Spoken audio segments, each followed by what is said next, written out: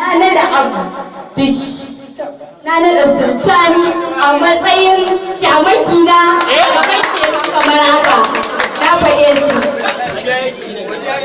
Kuma insha Allah zan yi biki a garin Kano nan da 2 weeks. Ina gayyatar maza da mata kowannen su kuje ku ba ma idon ka abinci.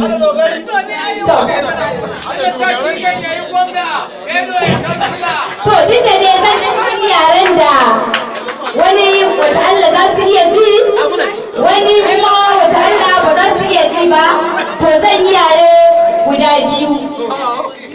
Larabci tun da ba larabiya. Wallahi to ina gode. Da farko ne abin da zan ce inda afe daibi to masha Allah shukran ya habibti.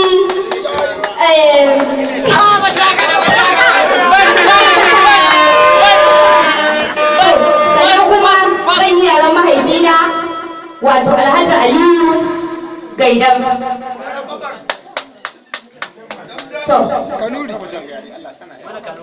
ai mana yau yin ba wani Allah. Aro, ne yau tilaro gore gina. Kuwani. Manje filin ma dikin ba.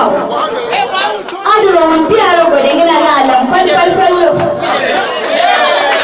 Wanda kake muna. Godiya nake. Jawabi na karshe shine a gaskiya a nan gurin dan na san wani in bai gani ba to wani ya gani dan har kuka na yi saboda farin ciki. Saboda haka na gode muku sosai. Godiya na ba zai taɓa misaltuwa ba. Allah Ubangiji ni ma ya bani ranar da zan saka muku da alhairi kamar yadda kuka saka mun da alhairi a cikin garin Zamfara. Ina godiya sannan ina yi ga godiya na ga MC wato Plan